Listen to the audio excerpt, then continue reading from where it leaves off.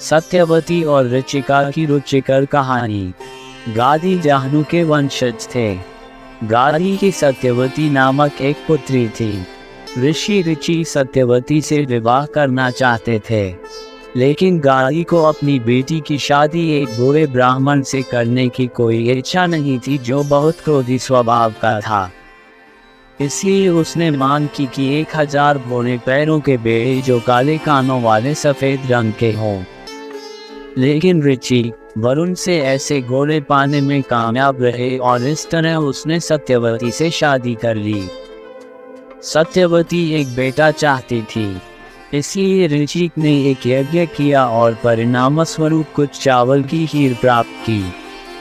लेकिन सत्यवती की इच्छा थी कि उसकी मां को भी एक पुत्र हो, इसलिए ऋचिका ने चावल की खीर का दूसरा कटोरा तैयार किया।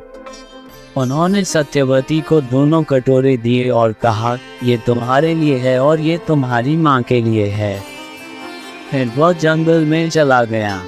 लेकिन सत्यवती की मां ने अपनी बेटी से कहा, आमतौर पर लोग अपने लिए अच्छे बेटे चाहते हैं, वे एक अच्छा दामाद पाने के लिए उत्सुक नहीं होते हैं। इसलिए मुझे संदेह है कि तुम्हारे चावल की खीर मेरी खीर से बेहतर है। उद्धरण चेन रॉड। आइए हम कटोरे का आदान प्रदान करें। मैं एक रानी हूँ और मेरा बेटा दुनिया पर राज करेगा। उसे मजबूत होना होगा।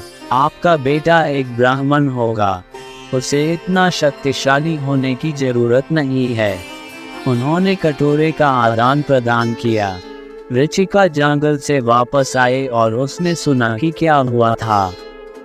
उसे बहुत गुस्सा आया। उन्होंने सत्यवती की मां के कटोरे में एक ऐसे पुत्र के लिए सामग्री रखी थी जो उतना ही बहादुर और हिंसक हो जितना एक क्षत्रिय को होना चाहिए।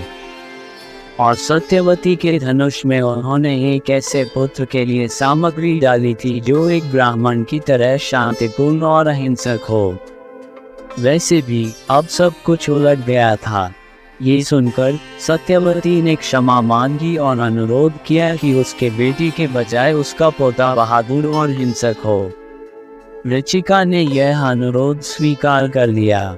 सत्यवती की मां ने विश्वामित्र को जन्म दिया और सत्यवती ने जमदग्नि को जन्म दिया। जमदग्नि ने रेणुका से विवाह किया। उनके पुत्र परशुराम ने कई क्षत्रियों को मार डाला। धन्यवाद। आप देख रहे थे गॉड ब्लेस टीवी हिंदी। हमारे साथ जुड़ने के लिए सब्सक्राइब अवश्य करें।